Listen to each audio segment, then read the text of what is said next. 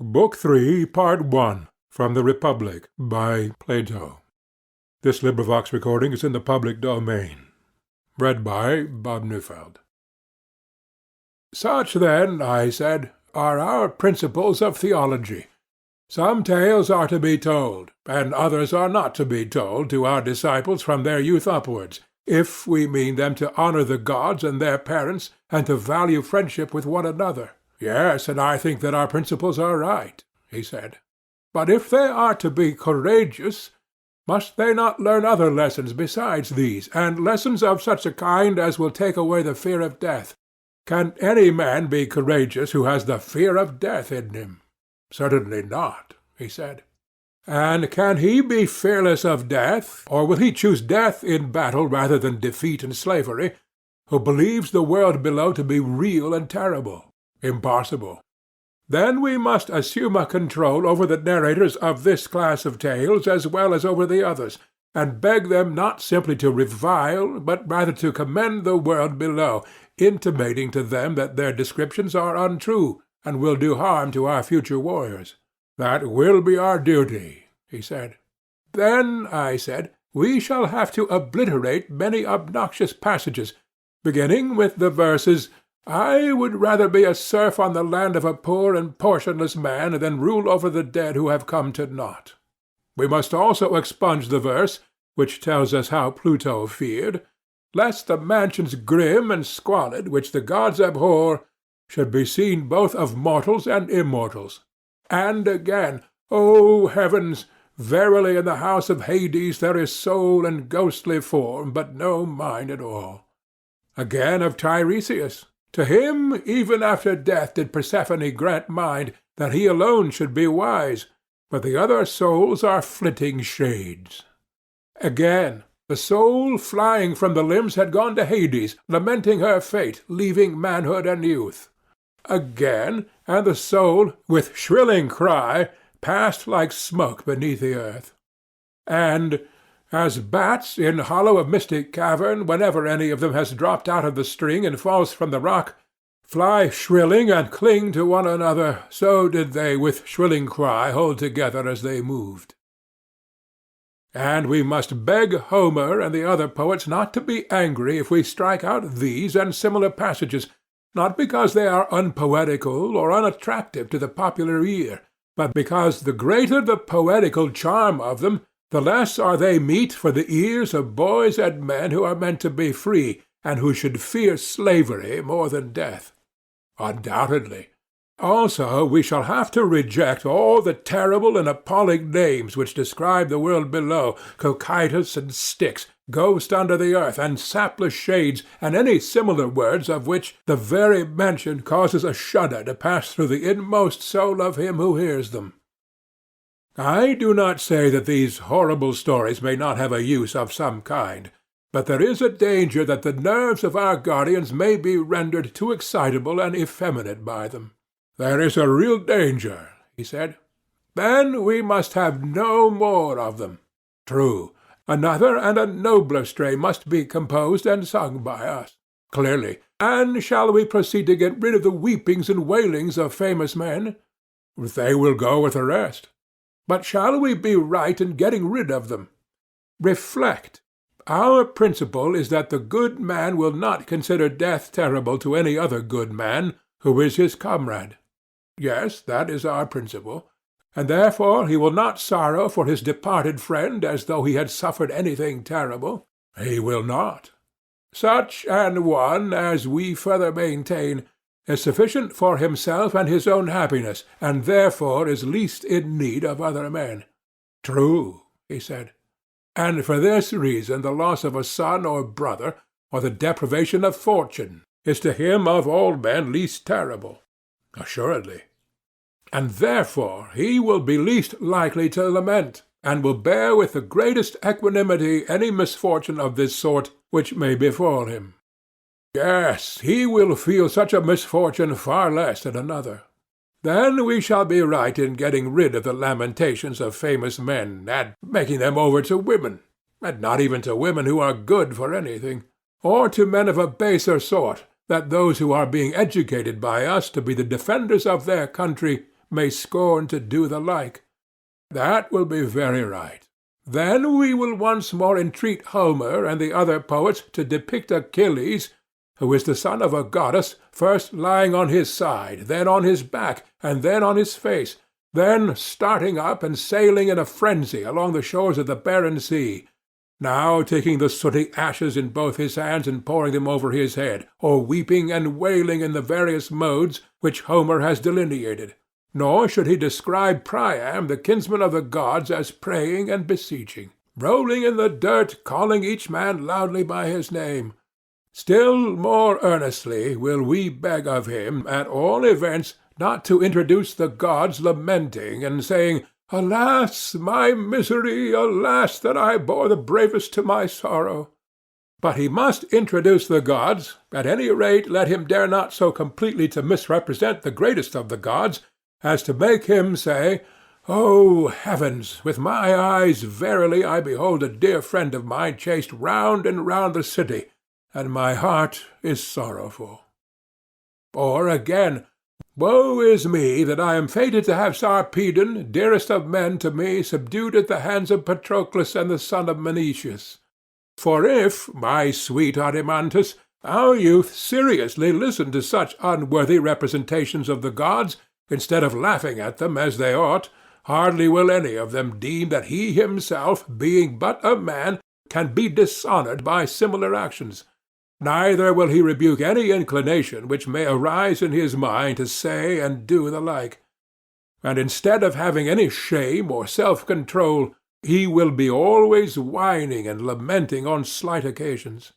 "Yes," he said, "that is most true."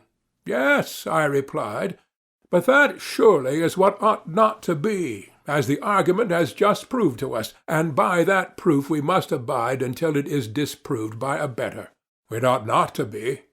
Neither ought our guardians to be given to laughter, for a fit of laughter which has been indulged to excess almost always produces a violent reaction. So I believe. Then persons of worth, even if only mortal men, must not be represented as overcome by laughter, and still less must such a representation of the gods be allowed." "Still less of the gods, as you say," he replied. "Then we shall not suffer such an expression to be used against the gods as that of Homer when he describes how inextinguishable laughter arose among the blessed gods when they saw Hephaestus bustling about the mansion. On your views we must admit them. On my views, if you like to father them on me, that we must not admit them is certain. Again, truth should be highly valued. If, as we were saying, a lie is useless to the gods and useful only as a medicine to men, then the use of such medicines should be restricted to physicians. Private individuals have no business with them." "Clearly not," he said. "Then, if any one at all is to have the privilege of lying, the rulers of the state should be the persons, and they, in their dealings either with enemies or with their own citizens, may be allowed to lie for the public good. But nobody else should meddle with anything of the kind, and although the rulers have this privilege, for a private man to lie to them in return is to be deemed a more heinous fault than for the patient or the pupil of a gymnasium not to speak about his own bodily illnesses to the physician or to the trainer, or for a sailor not to tell the captain what is happening about the ship and the rest of the crew, and how things are going with himself or his fellow sailors." "Most true," he said. "If, then, the ruler catches anybody beside himself lying in the state, any of the craftsmen, whether he be priest or physician or carpenter, he will punish him for introducing a practice which is equally subversive and destructive of ship or state." "Most certainly," he said, "if our idea of the state is ever carried out." "In the next place, our youth must be temperate." "Certainly. Are not the chief elements of temperance, speaking generally, obedience to commanders and self-control in sensual pleasures?" "True. Then we shall approve such language as that of Diomede in Homer. Friend, sit still and obey my word. And the verses which follow, the Greeks marched breathing prowess, in silent awe of their leaders. And other sentiments of the same kind. We shall. What of this line? O heavy with wine, who hast the eyes of a dog and the heart of a stag? And of the words which follow, would you say that these, or any similar impertinences which private individuals are supposed to address to their rulers, whether in verse or prose, are well or ill spoken? They are ill spoken. They may very possibly afford some amusement, but they do not conduce to temperance, and therefore they are likely to do harm to our young men. You would agree with me there? Yes. And then again, to make the wisest of men say that nothing in his opinion is more glorious than when the tables are full of bread and meat, and the cup-bearer carries round wine which he draws from the bowl and pours into the cups. Is it fit or conducive to temperance for a young man to hear such words? Or the verse, "The saddest of fates is to die and meet destiny from hunger"? What would you say again to the tale of Zeus, who, while other gods and men were asleep and he the only person awake, lay devising plans, but forgot them all in a moment through his lust, and was so completely overcome at the sight of Hera that he would not even go into the hut, but wanted to lie with her on the ground, declaring that he had never been in such a state of rapture before, even when they first met one another without the knowledge of their parents? Or that other tale of how Hephaestus, because of similar goings-on, cast a chain around Ares and Aphrodite. Indeed, he said, I am strongly of opinion that they ought not to hear that sort of thing. But any deeds of endurance which are done or told by famous men, these they ought to see and hear, as, for example, what is said in the verses, "He smote his breast, and thus reproached his heart, Endure, my heart, far worse hast thou endured." Certainly, he said. And in the next place, we must not let them be receivers of gifts or lovers of money. Certainly not. Neither must we sing to them of gifts persuading gods and persuading reverend kings.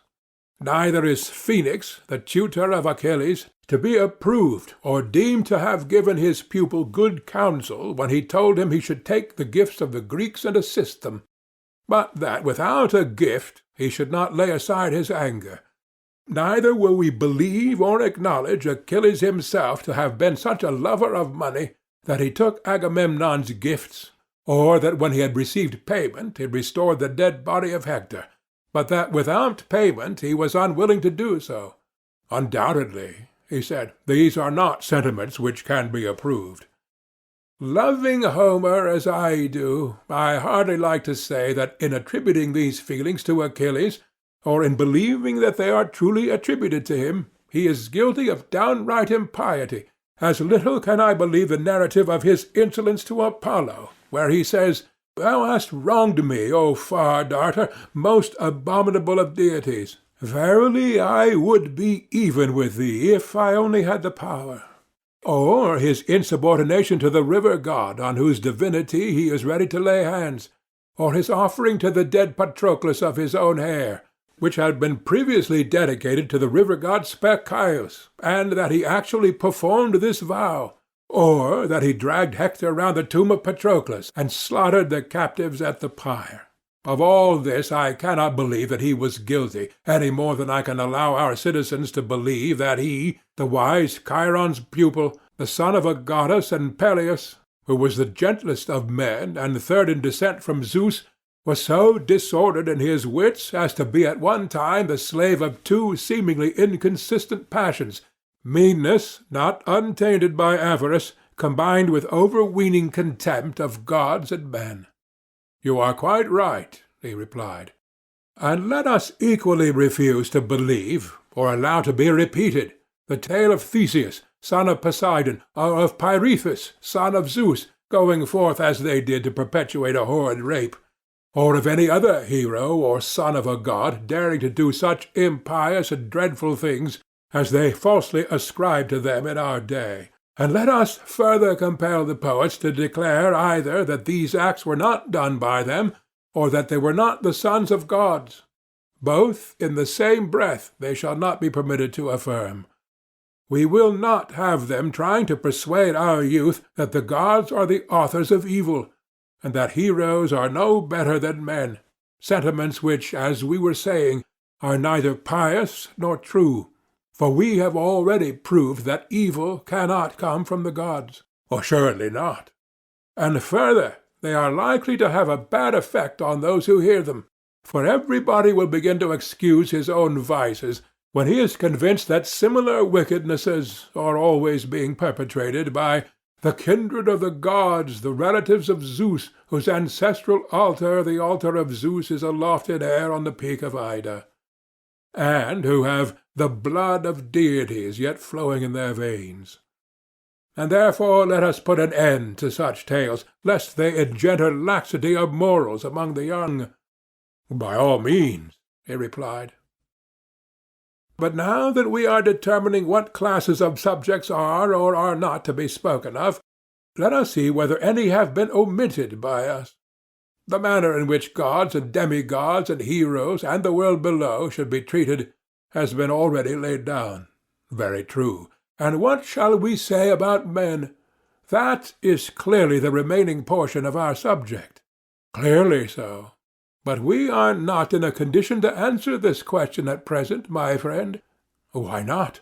Because, if I am not mistaken, we shall have to say that about men, poets and storytellers are guilty of making the gravest misstatements when they tell us that wicked men are often happy, and the good miserable, and that the injustice is profitable when undetected, but that justice is a man's own loss and another's gain. These things we shall forbid them to utter, and command them to sing and say the opposite. To be sure we shall, he replied. But if you admit that I am right in this, then I shall maintain that you have implied the principle for which we have been all along contending. I grant the truth of your inference.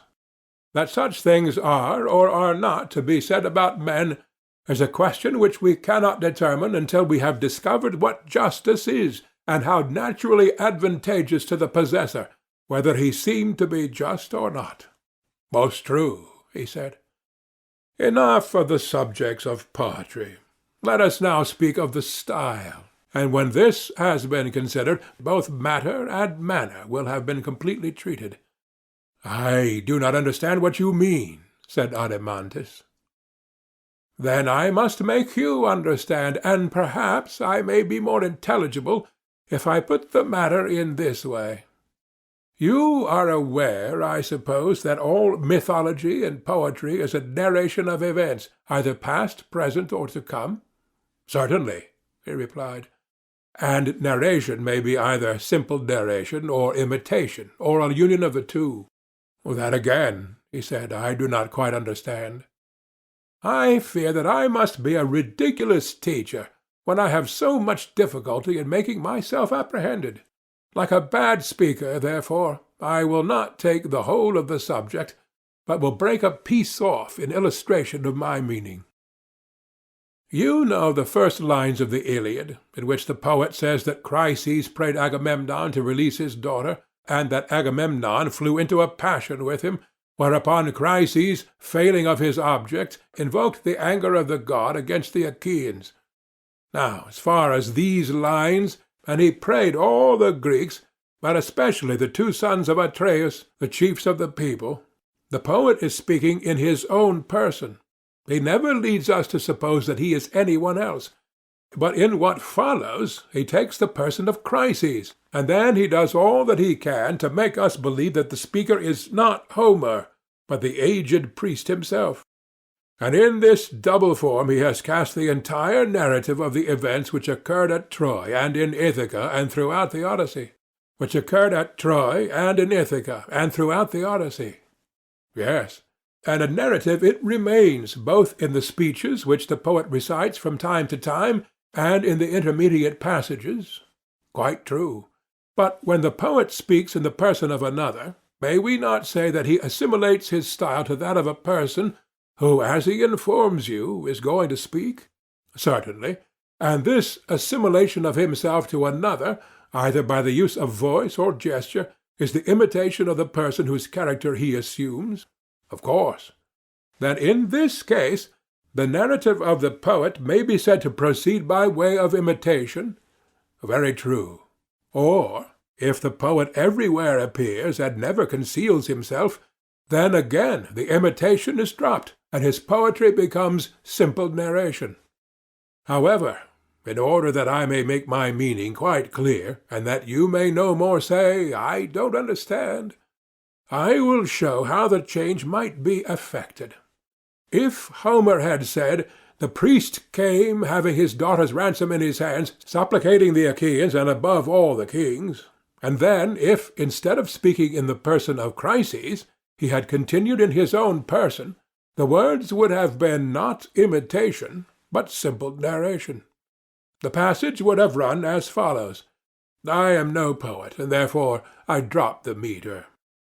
A priest came and prayed the gods on behalf of the Greeks that they might capture Troy and return safely home, but begged that they would give him back his daughter, and take the ransom which he brought, and respect the god.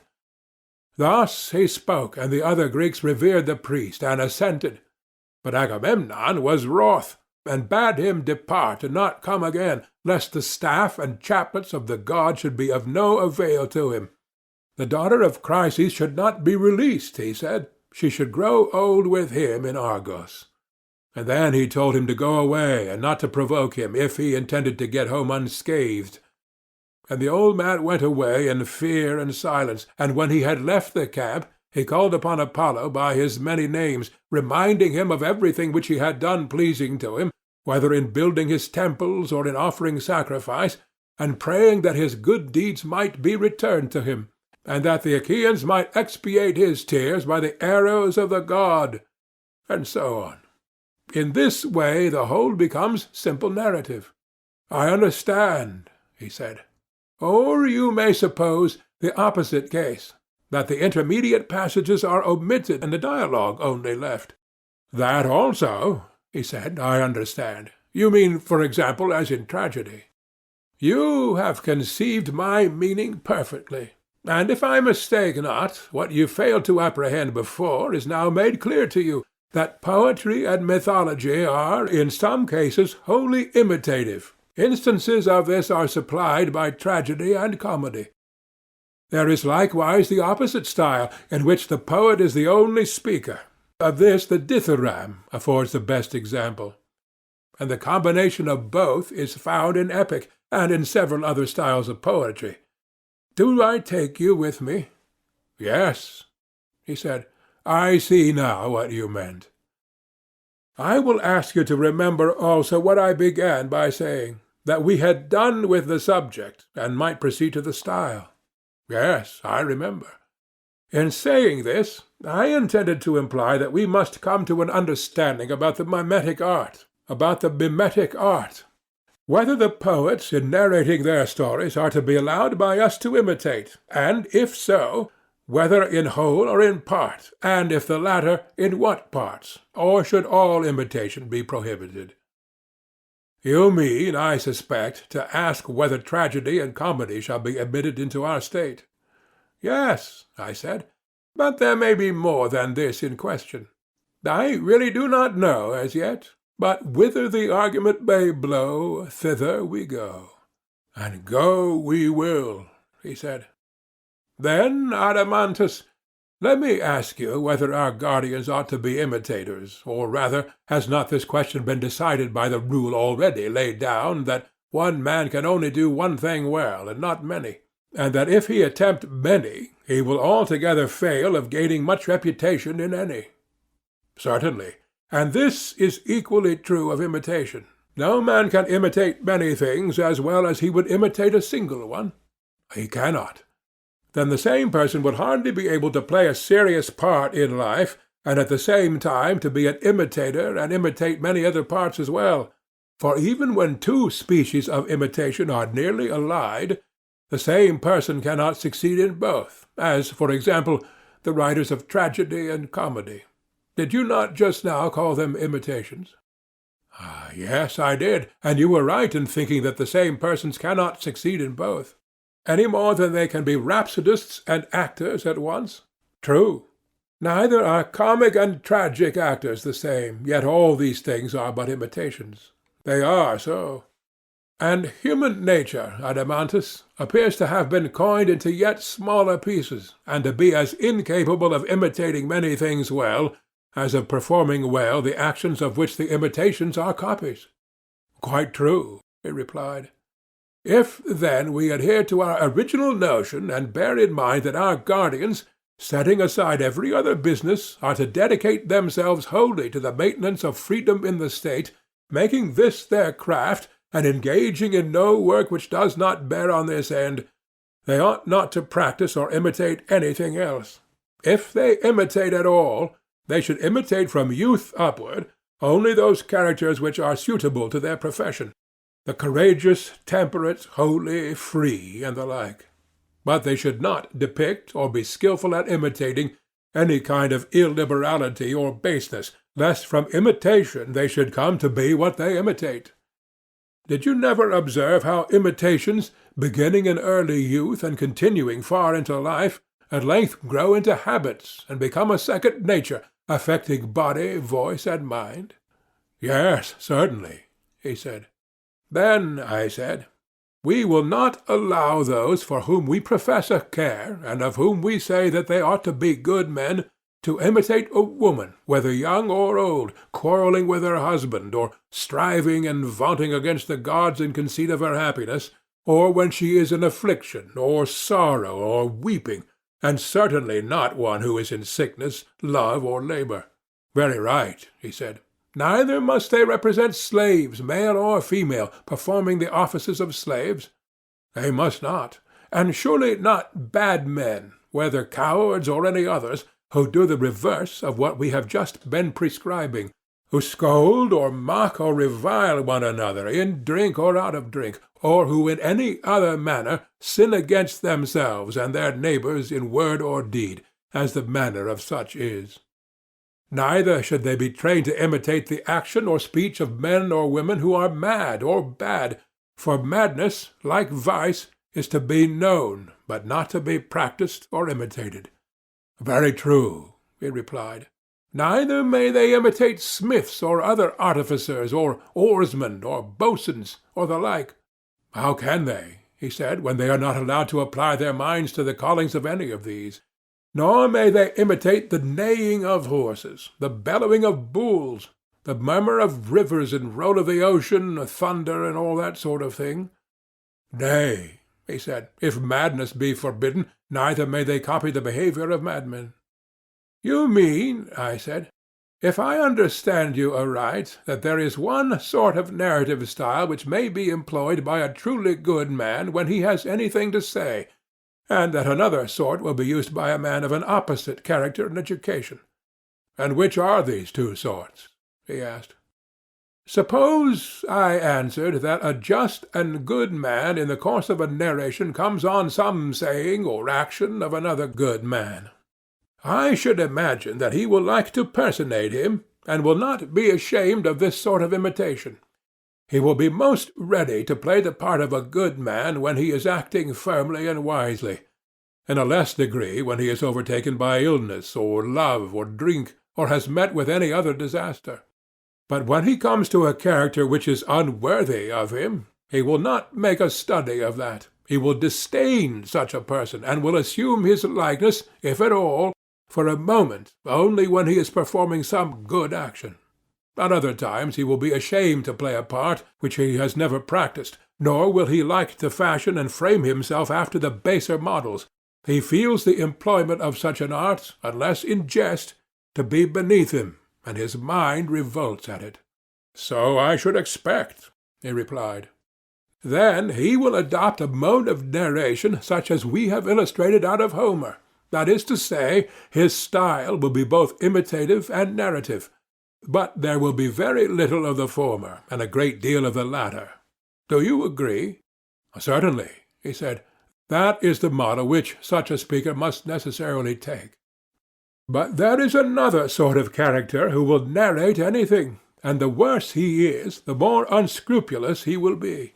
Nothing will be too bad for him, and he will be ready to imitate anything, not as a joke, but in right good earnest, and before a large company.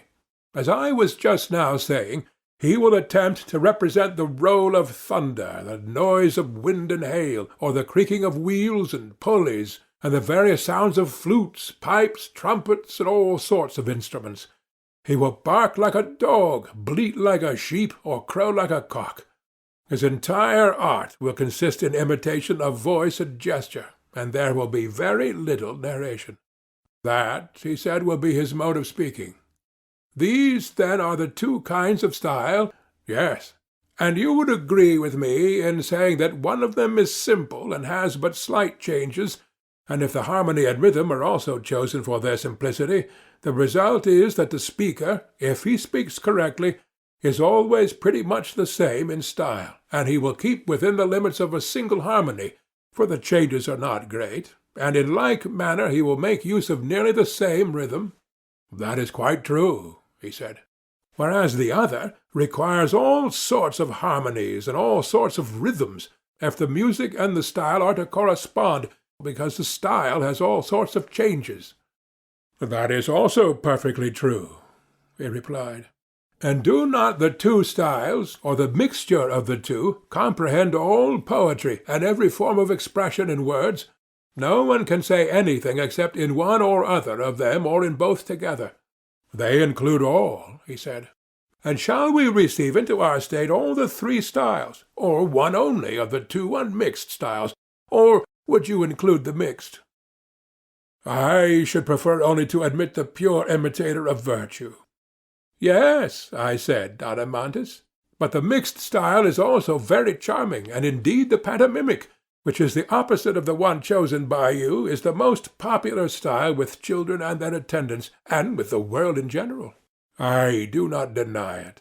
But I suppose you would argue that such a style is unsuitable to our state, in which human nature is not twofold or manifold, for one man plays one part only. Yes, quite unsuitable. And this is the reason why in our state, and in our state only, we shall find a shoemaker to be a shoemaker, and not a pilot also, and a husbandman to be a husbandman, and not a die-cast also, and a soldier, and not a trader also, and the same throughout. True, he said. And therefore, when any one of these pantomimic gentlemen, who are so clever that they can imitate anything, comes to us and makes a proposal to exhibit himself and his poetry, we will fall down and worship him as a sweet and holy and wonderful being, but we must also inform him that in our state such as he are not permitted to exist. The law will not allow them. And so, when we have anointed him with myrrh and set a garland of wool upon his head, we shall send him away to another city, for we mean to employ for our soul's health the rougher and severer poet or story-teller, who will imitate the style of the virtuous only, and will follow those models which we prescribed at first when we began the education of our soldiers. We certainly will, he said, if we have the power. Then now, my friend, I said, that part of music or literary education which relates to the story or myth may be considered to be finished, for the matter and manner have both been discussed. I think so too, he said. End of Book 3, Part 1.